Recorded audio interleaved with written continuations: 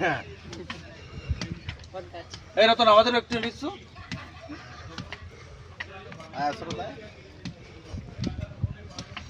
আজকে বিশ্ব পরিবেশ দিবস উপলক্ষে আমরা SWM প্রজেক্ট গোছিমারিতে সবাই মিলে বৃক্ষরোপণ করতেছি। আমি এখন এই দিনটাকে স্মরণীয় করার জন্য একটি গাছ গাড়বো। আশা করি এটা মানে যতদিন আমি বেঁচে থাকবো এটা চিহ্ন থেকে যাবে।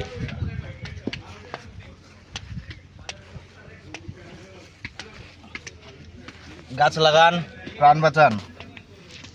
একটি গাছ একটি প্রাণ, একটি গাছ একটি প্রাণ। বাঁচতে হলে গাছ লাগান।